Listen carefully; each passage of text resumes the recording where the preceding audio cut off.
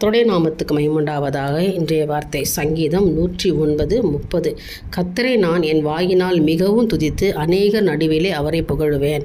எனக்கு அருமையானவர்களை, இந்த மாதிரி ஒரு வார்த்தை சொல்கிறதுக்கு நீங்கள் ரெடியாக இருக்கணும். ஏன்னா இந்த வசனத்தை உச்சரிக்கும் பொழுது எப்படி இருக்குது பார்த்தீங்களா?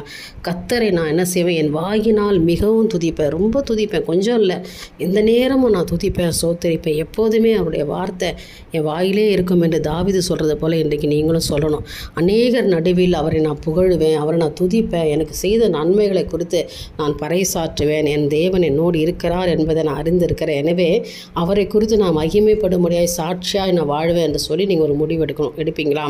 நீங்கள் கர்த்தரை உங்கள் வாயினால் துதிக்கணும். அவர் செய்த நன்மைகளை இன்றைக்கி சொல்லி ஜெபம் பண்ணணும். ஆண்டவர்கிட்ட முன்னால் உட்கார்ந்து முழங்கால் படிக்கிட்டு கரங்களை உயர்த்தி ஆண்டவரை சோத்தரித்து இன்றைக்கி எல்லாரும் முன்னாடியே நீங்கள் ஜெபம் பண்ணி துதிக்கும் பொழுது ஆண்டவர் இன்னும் பெரிய காரியங்களை செய்கிறவராக இருக்கார்.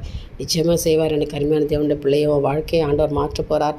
அதற்கான காலங்களும் நேரங்களும் கடந்து வந்துக்கிட்டே இருக்குது. என்றைக்காவது ஒரு நாள் நிச்சயமாக இன்றைய தினமாக கூட அது இருக்கலாம். உன் வாழ்க்கை மாறக்கூடிய நாட்கள் இன்றைய தினமாக கூட இருக்கலாம். ஆனால் கர்த்தரால் ஆகும், எல்லாமே அவரால் ஆகும். அதனால் அவரை நீங்கள் துதிக்கிறதுக்கு மட்டும் ஆயத்தப்படுங்க. உங்கள் வாழ்க்கையை ஆண்டவர் மாற்ற அவர் ஆயத்தமாக இருக்கார். நிச்சயமாக ஒரு மாற்றத்தை ஆண்டவர் கொடுப்பார். என் தேவனுக்கே மகிமை உண்டாகட்டும். ஆமென்.